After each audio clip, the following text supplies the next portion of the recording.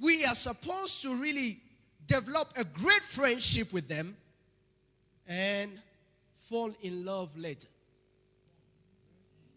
But you just met a person 2 days ago and you talk about, I'm in love with them.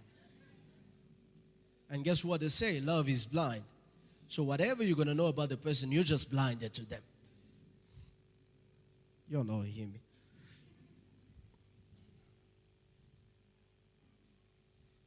This is a period whereby you get to know the person. Because people are often afraid of commitment, they extend the courtship time. 10 years we've been dating. I mean, what are you doing, guys?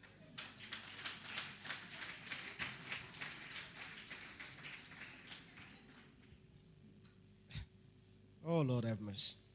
And what they don't realize is long courtship can be frustrating and be confusing.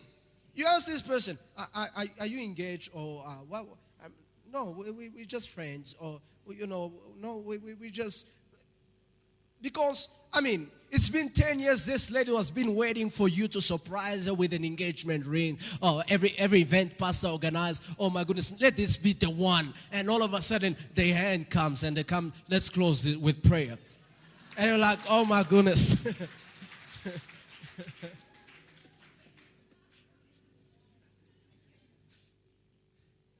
You're really waiting there. Oh my goodness, let this be the one. And all of a sudden, pastor is closing the meeting. Lord. And it causes frustration. It's been proven that even if you had to live a lifetime, you will never know the person you're living with. You will never know them enough as you think that you should know them enough to know that they should be able to marry. Let me just give you some personal experience that I had. 2 months after I met my wife, I knew that I was going to marry her. 2 months. I knew that this one is. So you have this guy. You have this guy who has been quite around for a long time, and he's like, I'm still thinking. I'm still thinking. I'm still thinking. I'm still thinking. Okay, I don't mean to have anybody waste my time. When you're going to be done thinking, please come back to me if I'm still available. It is all about understanding that you reach to a point whereby you cannot define the relationship anymore. Courtship is strongly built on good communication. Without good communication, it will be a mystery to get to know the other person. Because the whole point of dating a person is about knowing them, right? You go to movies, you go to restaurants, all that. It's not just spending time with each other. It's just about knowing the other person. What do you like? Do you like spicy food? Do you like going to movies? And do you like this? Do you like that? And that's the whole point of it. But most people end up heartbroken because they involve love too soon. You do what? Involve love. So you get out of your partner everything you desire to know about them. So we're talking about communication. As I do marital preparation for a lot of our members, there's a point that has been said in that booklet. It says communication is 7% content, 38% the tone of the voice, and 55% the body language. So 7% of what you're saying is about, 7% of the conversation that I'm having right now is what I'm talking about. 38% is the tone voice I use. 35% is my gesture and non-verbal, my body language. So as you're in this relationship, they ask you a question.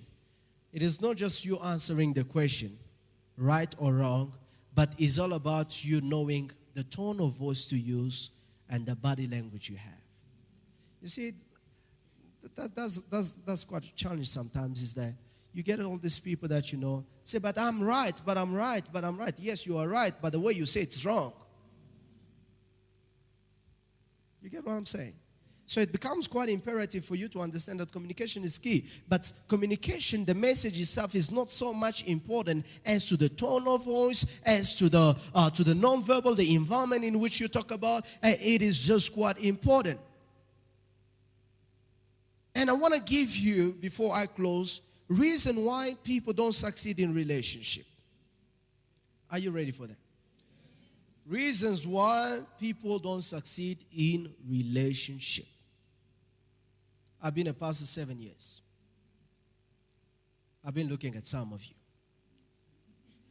So I'm using you as case studies. Reason why relationship don't succeed, or things you should avoid for your relationship to succeed. Number one, unrealistic expectation. Mr. and Mrs. Right syndrome. Oh, I'm waiting for my perfect one. Let me tell you, there's never going to be anything such as perfect. Oh, okay, unless you're waiting for your angel, and I'm not sure if you're going to get married to an angel, as Charlotte was singing, but you have to know that as you are looking for a perfect one, you also have some weaknesses. So don't just look perfect yourself. And this is the reason why many people will be in this relationship, move to the next, and all of a sudden, they all complain about the same thing. I'm like, all this that you are asking for, you're never going to get it. So just enjoy the few that God has blessed you among the requirements. Like, Christians say, I have my criteria. No, he should be tall and handsome. He should be dark. He should have six-pack. He should...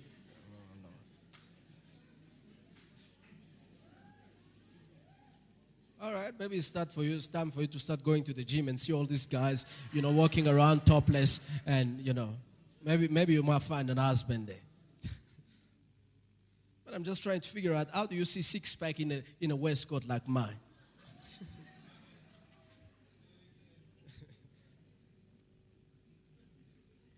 Listen, though you have expectation from your husband or for your potential wife or for your future mate or the person you're dating, let those expectations be realistic.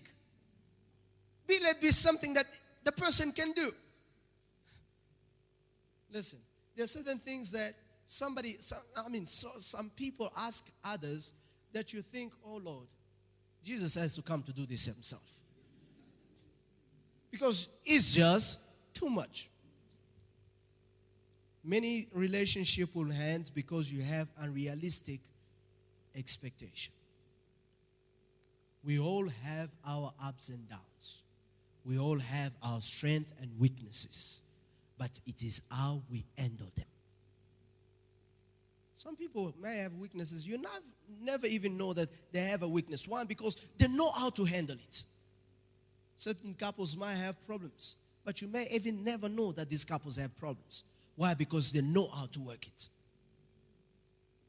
You're not a beautiful couple just because you look cute together, or because, it is all good and, everybody are like, oh, Lord, we wish we are like them. You are a beautiful couple because you have the ability to fix up your conflicts. And your ability to resolve conflict determines how strong your relationship is. Some people are still playing childish game and stuff like that. And when they have something and the other person did something that upset them, they won't talk like for 2 weeks and stuff like that. When they see each other, they run in different ways. Let me tell you, there's no other way for you to grow up and begin to fix up whatever you're building unless you start facing the troubles. Don't have unrealistic expectation. Every expectation you have, let it be realistic. Things that is doable. All right? Don't say that if you love me, please, can you walk from Soweto to Northgate? I don't really care how much you love the person, but that is just not it.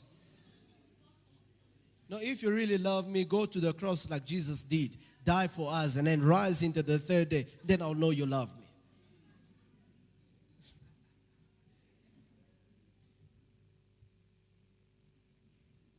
I know this is good.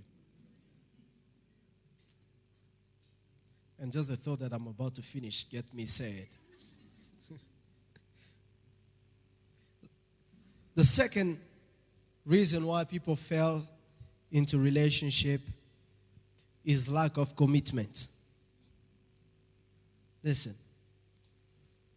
there are certain people, by just when there is a need that these things begins to take a serious turn, they run away. By the time say, can you meet my brother? Oh Lord, now he's meeting your brother and meeting your family, and the next thing you say, meet my father. Because they are afraid of commitment. Say, if now everybody knows about it, then it becomes a problem for me to make it out. Lack of commitment. Anything to which you do not commit, it will never work by itself. You are special. You are wonderfully made. But you need to have commitment. Listen, if you have to polish a diamond, unless you commit to work at it, the diamond will never shine. Though it's a diamond. So this other person is working each and every day, polishing their diamond. And you begin to envy their relationship and say, oh my goodness, I wish my couple was like theirs. I wish I had a relationship. I really wish I had a person like that. They are what they are because they commit to make things work. Your first level of commitment is a commitment to yourself. That I will never disappoint myself. The second level of commitment is a commitment to your partner. That I'm in this trying to make it work.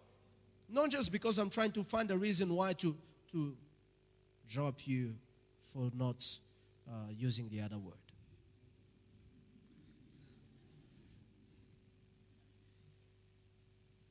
And the other reason, or the third reason why people fell in relationship is when they involve many people in their personal business. This one is your counselor.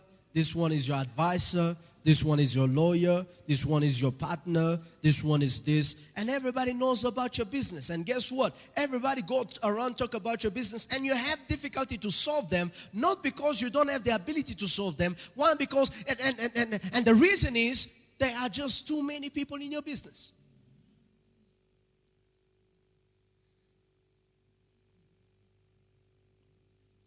You see, if you really want to succeed in your relationship, you need to know how to keep matters between yourselves. Or at least have people that you can trust. That even if I told you, it's not going to happen. There are certain friendships, they are just there to know your relationship. As long as you have those people around you, you're never going to grow. As a couple, you're never going to grow into the relationship. Because now we're talking about dating. We're not talking about being successful single. Now you're in a relationship. And you want to succeed in a relationship. And the mistake you will make is to have too many people involved in your business. This one will tell you that, okay, if he starts doing this, it means that it is dead. And this one comes and says, if he comes home late, then you should check this. If he gives you this excuse, and all of a sudden you start going crazy, doing things that this one said, that one said that, and your partner hardly find out who you are. And guess what? They fell in love with you, but they're not falling in love with the person you're becoming. And guess what? They run away. And you are back to square one. Lord, send me a husband.